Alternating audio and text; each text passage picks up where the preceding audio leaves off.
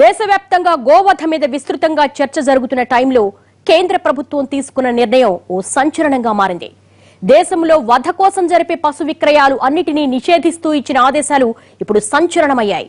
జంతువులపై జరుగుతున్న క్రూరత్వానికి చెక్ పెట్టే ఉద్దేశం వేలాది ప్రశ్నలకు కారణమవుతోంది. ఇంతకీ ప్రభుత్వ ఆదేశాలు ఏం చెప్తున్నాయి?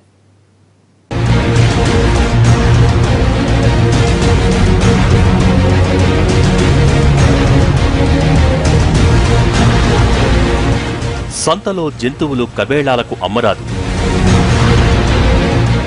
ఆవు, గేదె, ఎద్దు, ఒంటెల అమ్మకాలపై నిషేధం. గెజిట్ నోటిఫికేషన్ జారీ చేసిన కేంద్రం. వ్యవసాయ అవసరాలకే పశువుల క్రయ విక్రయాలు. అలా రాసిస్తేనే అమ్మేందుకు, కొనేందుకు అనుమతి. దూడలు, ఒట్టిపోయిన పశువుల విక్రయం కూడా తగదు. గోవధను నిషేధించేలా దేశవ్యాప్తంగా చట్టం చేయాలన్న డిమాండ్లు గత కొన్నేళ్లుగా గట్టిగా వినిపిస్తున్నాయి. మరోపక్క గోరక్షక దళాల పేరుతో చాలా మంది అత్యుత్సాహం కూడా ప్రదర్శిస్తున్నారు. ఇలాంటి సమయంలో కేంద్ర ప్రభుత్వం శుక్రవారం కొన్ని కీలక నిబంధనలు చేరుగా గోవధపై నిషేధం విధించకపోయినా వాటి క్రయ విక్రయాలపై తీవ్రస్థాయిలో ఆంక్షలు విధించింది. ఈ ఆదేశం ఇప్పుడు దేశవ్యాప్త సంచలనమైంది. ఇప్పటివరకు దేశవ్యాప్తంగా ఉన్న లక్షలాది సంతల్లో పశువులను కొనుగోలు చేసి వాటిని నేరుగా కబేళాలకు తరలించేయటం ఇకపై కుదరదని కేంద్రం తేల్చి చెప్పేసింది. కేవలం వ్యవసాయ అవసరాల కోసం మాత్రం సంతల్లో పశువుల కొనుగోలు చేయాలి, లేదా అక్కడ అమ్ముకు ఉన్న నిబంధనల్ని మరింత కఠినతరం చేస్తూ కేంద్ర ప్రభుత్వం కొత్త ఆదేశాలు జారీ చేసింది. పశువుల క్రయ విక్రయాలపై పలు నిబంధనలు విధిస్తూ కేంద్ర పర్యావరణ శాఖ శుక్రవారం గెజిట్ నోటిఫికేషన్ జారీ చేసింది.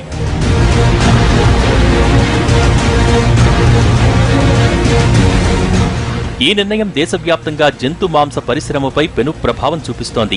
దేశవ్యాప్తంగా బహిరంగ మార్కెట్లలో కబేళాల కోసం ఆవులు, గేదెలు, ఎద్దులు, ఒంటెల్ని అమ్మటం, కొనటం ఇకపై పూర్తి స్థాయిలో నిషేధం.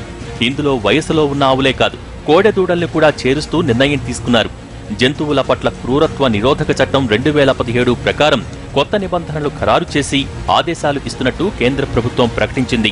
అంతేకాదు, వీటిని తక్షణం అమల్లోకి తెస్తున్నట్టు కేంద్ర పర్యావరణ శాఖ స్పష్టం చేసింది. నిజానికి పశువధపై కేంద్ర ప్రభుత్వం ప్రత్యక్షంగా ఎలాంటి నిషేధం ఇప్పటివరకు విధించలేదు. కానీ తాజాగా విడుదల చేసిన గెజిట్ మాత్రం ఆ స్థాయిలో పశు వర్తకులపై ప్రతికూల ప్రభావం కలిగించేలా ఉందన్న అభిప్రాయాలకు తావిస్తోంది.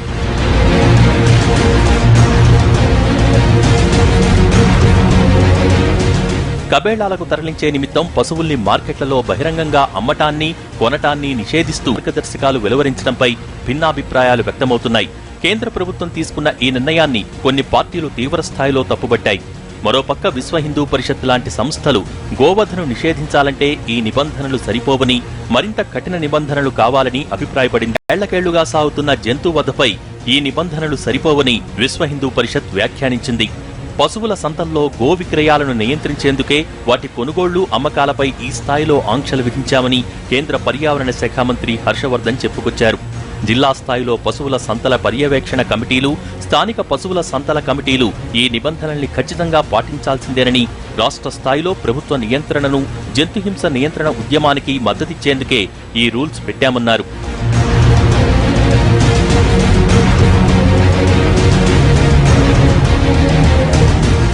ఈ మేరకు కేంద్ర పర్యావరణ శాఖ జారీ చేసిన నోటిఫికేషన్ ప్రకారం కేవలం వ్యవసాయ అవసరాల కోసమే పశువుల్ని అమ్ముతున్నామని, కబేళాల కోసం కాదని స్పష్టం చేస్తూ అమ్మకందారు సంతకం చేసి లిఖితపూర్వక ధృవీకరణ పత్రాన్ని సమర్పించాలి. ఇందులో తన పేరు, చిరునామా సహా ఇతర వివరాల్ని స్పష్టంగా పేర్కొనాలి. దీనికి ఏదైనా తన ఫోటో, ఐడెంటిటీ కార్డ్, జిరాక్స్ కూడా జత చేయాలి. ఇక పశువులు కొనుగోలు చేసేవారు కూడా వాటిని కబేళాలకు తరలించేందుకు కాదంటూ హామీ పత్రం ఇవ్వాల్సి ఉంటుంది.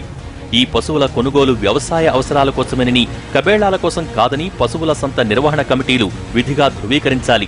కొనుగోలుదారుడు తీసుకువచ్చిన ధృవీకరణ పత్రాన్ని పరిశీలించి అతను వ్యవసాయదారుడేనని కమిటీలు నిర్ధారించుకోవాలి. అన్నీ జరిగిన తర్వాతే పశు క్రయ విక్రయాలు పూర్తవ్వాలి.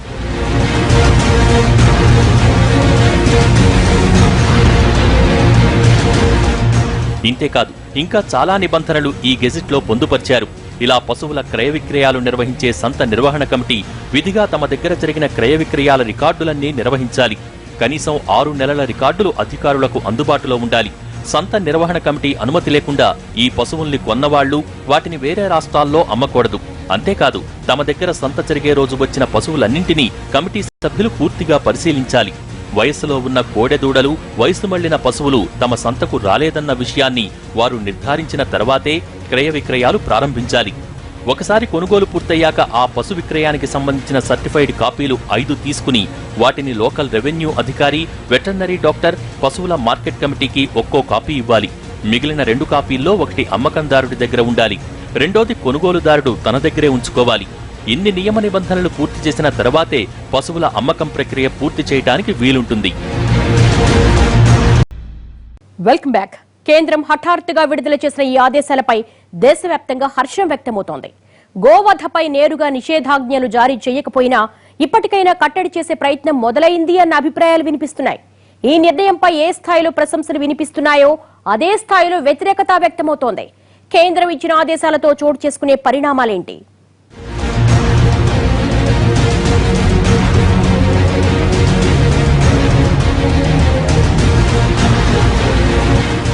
హిందువులకు గోవు పవిత్రమైన జంతువు. తల్లి తర్వాత గోవుకు అంతటి సమున్నత స్థానాన్నిచ్చి గోమాత అని పిలుస్తారు. గోవును దైవ సమానంగా భావిస్తారు. ప్రతి ఇంటా ఒక గోవు ఉంటే ఎలాంటి రోగాలు దరిచేరవని, సంపదలు సమకూరుతాయని నమ్ముతారు. గోమూత్రాన్ని కూడా ఔషధంగా సేవిస్తారు. ఈ సృష్టిలో ఆక్సిజన్ పీల్చుకుని తిరిగి ఆక్సిజన్ విడుదల చేసే ఒకే ఒక్క జీవి ఆవు. అందుకే సనాతన ధర్మం గోవును దైవంగా పూజించమని చెప్పుకొచ్చింది.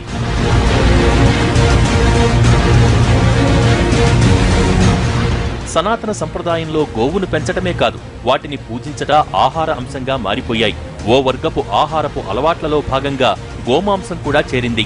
ఇది విచ్చలవిడిగా గోహత్యలకు దారితీసింది. ఇది దేశంలో పశు జనాభా గణనీయంగా తగ్గిపోవటానికి కారణమైంది. 1991 నుంచి 2012 మధ్య కాలంలో దేశంలో గోవులతో సహా చాలా పశువుల సంఖ్య 15% పైగా తగ్గిపోయింది. 1990లో దేశవ్యాప్తంగా 17 కోట్ల పశువులుంటే 2012 నాటికి వాటి సంఖ్య 15 కోట్లకు పడిపోయింది. దీంతో దేశవ్యాప్తంగా గోహత్య నిషేధించాలన్న డిమాండ్లు బయలుదేరాయి. ఆపై కేంద్రంలో మోడీ ప్రభుత్వం పీఠమెక్కిన తర్వాత ఆ డిమాండ్లకు మరింత బలం చేకూరింది. ఇది పూర్తిగా స్వాగతించదగ్గటువంటి పరిణామము, హర్షణీయము. అదే సందర్భంలో మేము విశ్వ హిందూ పరిషత్ నుంచి కూడా మేము ఒక కేంద్ర ప్రభుత్వం ముందు ఒక డిమాండ్ అనుకోండి, ఒక విన్నపం కూడా చేస్తూ ఉన్నాం. ఇంకా కఠినమైనటువంటి చట్టాలు రావాల్సినటువంటి ఆవశ్యకత కూడా ఉంది. సంపూర్ణ గోహత్య నిషేధం మీ దేశంలో అమలు కావాలని చెప్పేసి గత అనేక సంవత్సరాలుగా సాధు సంతులు ఉద్యమాలు చేస్తూ ఉన్నారు. ప్రజలు కూడా గో సంపదను, పశు సంపదను కాపాడడం కోసం దేశవ్యాప్తంగా కఠినమైనటువంటి చట్టాలు ఉండాలి, దేశవ్యాప్తంగా సంపూర్ణ గోహత్య నిషేధ చట్టం ఉండాలని చెప్పేసి కూడా ప్రజలు కూడా భావిస్తూ ఉన్నారు. ముఖ్యంగా 2 అంశాలతోటి ముడిపడి ఉన్నటువంటి విషయం ఇది. గోవు అనేటువంటిది ఈ యొక్క సనాతన ధర్మంలో పరమ పవిత్రంగా, సకల దేవతలకు నిలయంగా సనాతన ధర్మం భావిస్తూ ఉంటుంది. హిందువులు, కోట్లాది మంది హిందువులు ప్రతినిత్యం కూడా గోపూజ చేస్తూ ఉంటారు. అదేవిధంగా గ్రామీణ ఆర్థిక వ్యవస్థకు రకరకాల వితండవాదాలు, నిన్నటి రోజున కేంద్ర ప్రభుత్వం ఈ యొక్క ఆంక్షలు, నిబంధనలు తెచ్చిన తర్వాత రకరకాలైనటువంటి వితండవాదం చేస్తూ ఉన్నారు. గడిచిన 3 ఏళ్లుగా దేశవ్యాప్తంగా గోవధను నిషేధించాలన్న డిమాండ్లు వినిపిస్తున్నాయి. దేశంలో జంతువులపై జరుగుతున్న హింసపై స్పందించాల్సిందిగా ఒక వ్యక్తి వేసిన పిటిషన్కి స్పందించిన కోర్టు కేంద్రానికి దీనిపై తగు చర్యలు తీసుకోవాల్సిందిగా ఆదేశాలు జారీ చేసింది. అందులో భాగంగా స్పందించిన కేంద్రం జంతుహింస నియంత్రణ చట్టం 1960 కింద తాజాగా మరికొన్ని నిబంధనలు జారీ చేస్తూ గెజిట్ విడుదల చేసింది. ఇందులో కబేళాలకు తరలించే ఉద్దేశంతో పశువుల క్రయ విక్రయాలపై చెక్ పెట్టడంతో పాటుగా జంతువుల కొమ్ములపై రంగులు వేయటం, రకరకాల వస్తువులతో వాటిని అలంకరించడం వంటి వాటిని కూడా నిషేధించింది. జంతువుల్ని గుర్తించడానికి వాటి చెవులు కత్తిరించటం, ఇతరత్రా ముద్రలు వేయటం వంటివి నిషేధించారు. దీంతో పాటు జంతువుల్ని ఎలా సంరక్షించాలో, ఎలా శిక్షించకూడదో నిబంధనల్లో వివరంగా ప్రస్తావించారు.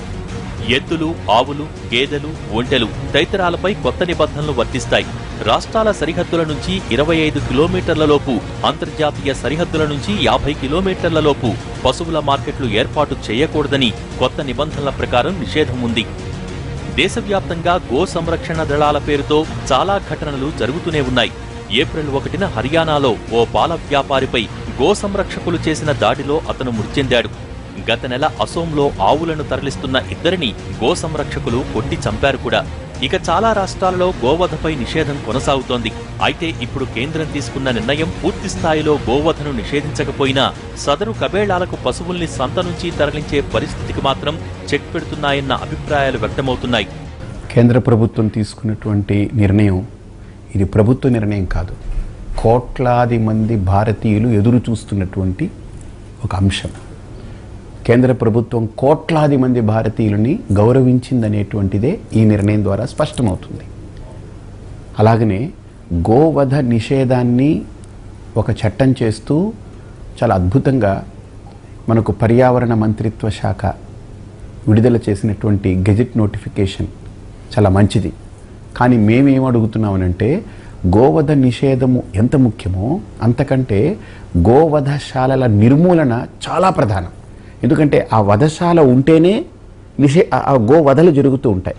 కాబట్టి గోవుల్ని రక్షించుకునేదానికి మొట్టమొదటి అస్త్రం గోవధశాలల నిర్మూలన. దేశవ్యాప్తంగా పశువులను వధించడం కోసం విక్రయించడంపై కేంద్రం నిషేధం విధించడంపై వ్యతిరేకతలు కూడా వినిపిస్తున్నాయి. ఈ నిర్ణయం ఓ వర్గం ప్రజలపై ఆర్థికంగా, సామాజికంగా ప్రతికూల ప్రభావం చూపుతుందన్న విమర్శలు వినిపిస్తున్నాయి.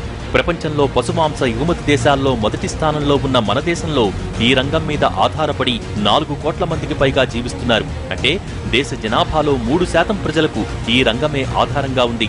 మరి తాజా నిబంధనల వల్ల వాళ్లంతా రోడ్డున పడతారన్న విమర్శలు వినిపిస్తున్నాయి. ఇతర దున్నపోతులు మిగతావన్నీ కూడా ఆహారం కోసమనే సాకుతున్నారు. వాటిని కూడా అమ్మొద్దు అంటే గ్రామీణ ప్రాంతంలో ప్రజలెవరు వాటిని సాకరు. దీనివల్ల ఏమవుతుంది, రైతాంగం రంగంలో అసలు పశువులు అనేటివి మిగలకుండా పోతాయి.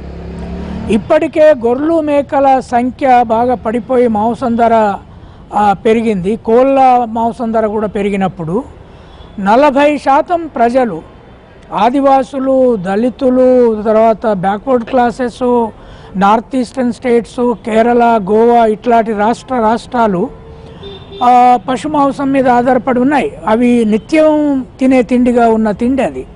ఆ తిండిని ఒక్కసారి బ్యాన్ చేసి వాళ్ళ ప్లేట్లలోకి వెళ్ళి ఫుడ్ తీసేసినట్టు చేస్తే బీద కుటుంబాలు ఆహార సంక్షోభంలో పడి స్టార్వేషన్ డెత్లకు దారితీసే సమస్య ముందుకొస్తుంది.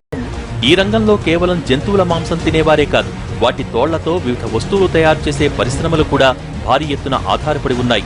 ఈ రంగంలో ఆధారపడ్డ వారిలో దాదాపు 90% మంది అసంఘటిత రంగంలోనే ఉన్నారు. పశువుల వ్యాపారం, క్రయ విక్రయాలు, మాంసం దుకాణాలు, చర్మం శుద్ధి, ఎముకలు తదితరాల శుద్ధి వంటి రంగాల్లోని వారి ఉపాధిపై తలపెట్టవుతాయంటున్నారు. అంతేకాదు ప్రస్తుతం పశుమాంసం ఎగుమతుల ద్వారా భారత్కి భారీ ఎత్తున విదేశీ మారకద్రవ్యం లభిస్తోంది. తాజా నిబంధనల ప్రభావం వాటిపైన పడే ప్రమాదం లేకపోలేదంటున్నారు ఆర్థిక నిపుణులు.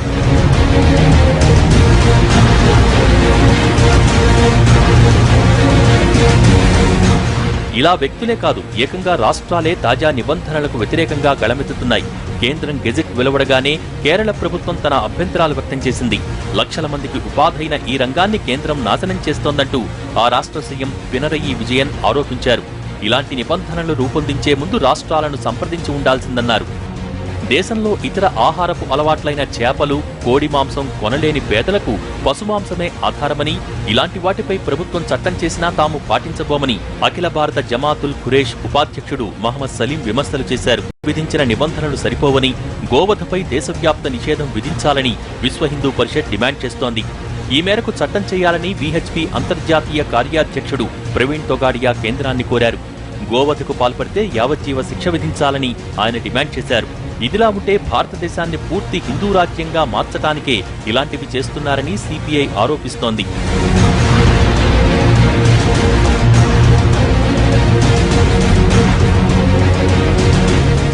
మొత్తంగా కేంద్రం పశు విక్రయశాలలపై తీసుకున్న నిర్ణయంపై పెద్ద ఎత్తున హర్షాతిరేకాలు వ్యక్తమవుతున్నాయి. అదే సమయంలో ఓ వర్గం నుంచి భారీగా నిరసన గళాలు కూడా వినిపిస్తున్నాయి.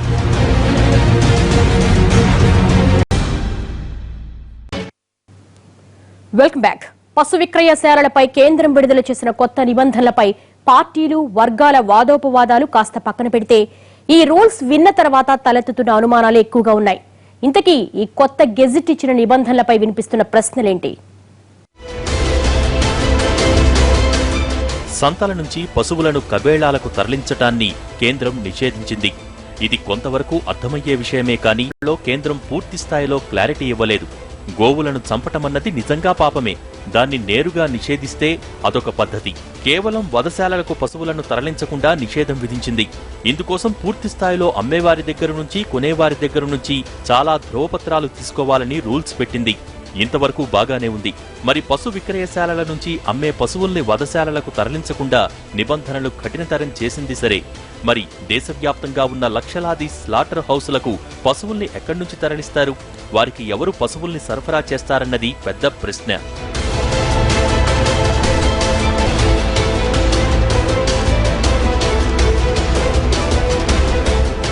వధశాలలకు పశువుల్ని తరలించకపోతే మరి వాటి భవిష్యత్తేంటి? వధశాలల్ని మూసేస్తారా? ఒకవేళ వాటిని కొనసాగించాలంటే ప్రభుత్వమే పశువుల్ని తరలిస్తుందా? హైదరాబాద్ సహా దేశవ్యాప్తంగా అన్ని నగరాలలోనూ ఈ వధశాలలు లక్షల్లో ఉన్నాయి. మరి వాటిని ఏం చేస్తారన్నది మాత్రం ప్రభుత్వం క్లారిటీ ఇవ్వలేదు. ఇది వధశాలలపై తీవ్ర ప్రతికూల ప్రభావం చూపిస్తుందన్న విమర్శలు వినిపిస్తున్నాయి.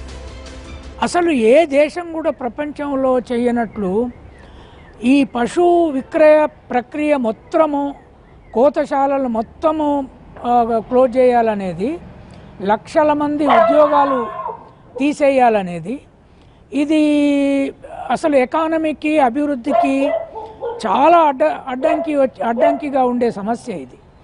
కనుక నా దృష్టిలో ఈ గెజెట్ను అమలు చేయడం వెంటనే ఆపేసి అన్ని రాజకీయ పార్టీలు దీని మీద పార్లమెంట్లో ఒక తీవ్రమైన చర్చ చేయకపోతే, వాళ్ళు కేవలము అనిల్ దావే సెంటిమెంటల్గా ఉండి చనిపోయాడనో, లేదా ఆర్ఎస్ఎస్, బీజేపీ, విశ్వ హిందూ పరిషత్ ఇట్లాంటి సంస్థలు వెజిటేరియనిజాన్ని ప్రమోట్ చేసే సంస్థలుగా ఉన్నాయి కనుక వాటి ఇష్టానుసారంగానో ఇటువంటి నిర్ణయాలు తీసుకుంటే చాలా ప్రమాదం ఉంది.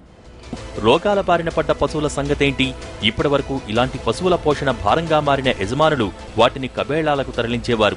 సదరు కబేళాల్లో వాటి చర్మాల్ని అక్కడ తొలగించి వాటిని లెదర్ కంపెనీలకు విక్రయించేవారు. కానీ ఇప్పుడు ఇలాంటి పశువుల్ని అమ్మకూడదన్న నిబంధనలు తీసుకొచ్చారు. మరి వీటి భారాన్ని ఎవరు మోస్తారు? వాటిని అమ్మటానికి వీల్లేదు కాబట్టి అవి సహజంగా మరణించే వరకు సదరు రైతులే వాటిని పోషించాల్సి ఉంటుంది. అది రైతుల మీద భారం మోపే అంశమే. సరే, రైతులు వాటిని చివరి వరకు పోషించాలి. మరణించిన తర్వాత వాటి కళేబరాలను ఏం చెయ్యాలి? వాటిని అప్పుడు ప్రాసెస్ చేసేది ఎవరు? ఇలా ఎన్నో ప్రశ్నలు వినిపిస్తున్నాయి.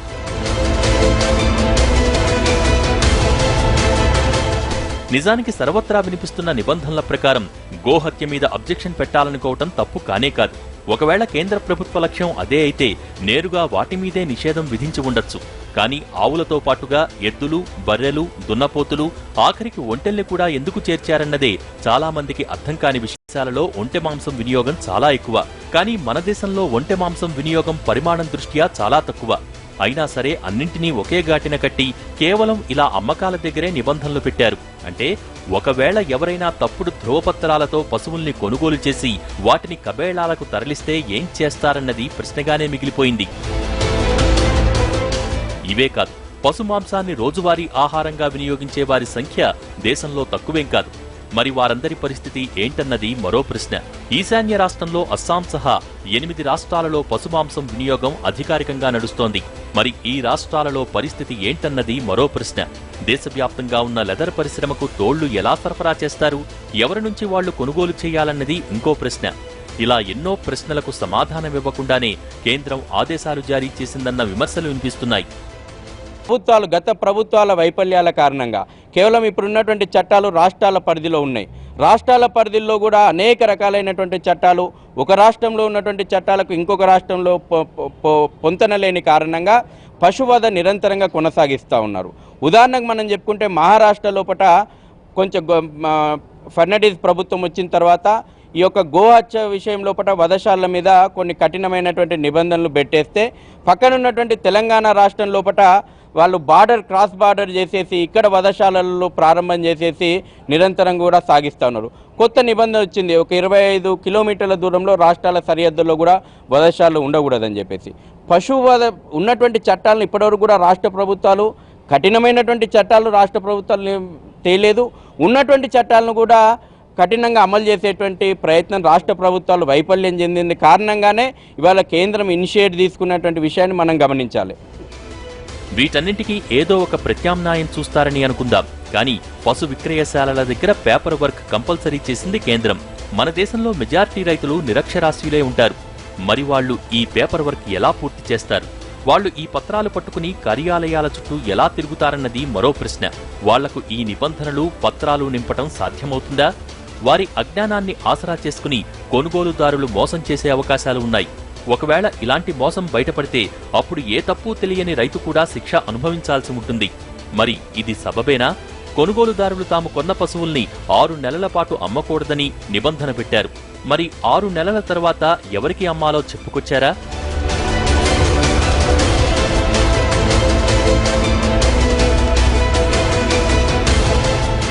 వ్యవసాయ అవసరాల కోసమే కొనుగోలు చేయాలన్నారు. మరి కౌలు రైతుల పరిస్థితి ఏంటి? వాళ్లను ఎలా గుర్తిస్తారు? వాళ్లు తమ వ్యవసాయ పనుల కోసం ఎలాంటి ధ్రువపత్రాలు సమర్పించాలో తెలియదు. అసలు ఈ కొనుగోలు వ్యవహారంలో కౌలు రైతుల్ని ఎలా నిర్వచిస్తారు? ఒకవేళ ఎవరైనా కోర్టుల్లో కేసులు వేస్తే పరిస్థితి ఏంటన్నది మరో ప్రశ్న. అసలు ఈ ఆదేశాలు కోర్టులో నిలబడతాయా అన్న ప్రశ్నలు కూడా వినిపిస్తున్నాయి. మొత్తంగా చూస్తుంటే ఇది కొన్ని వర్గాలను సంతృప్తిపరచడానికి చేసినట్టుగా ఉంది తప్ప గోవధ నిషేధానికి పూర్తి స్థాయిలో ఊతమిచ్చేలా లేదన్న విమర్శలు వినిపిస్తున్నాయి. ఇది వాళ్ళ స్టోరీ బోర్డ్. మరో అంశంతో మళ్ళీ కలుద్దాం. నమస్తే.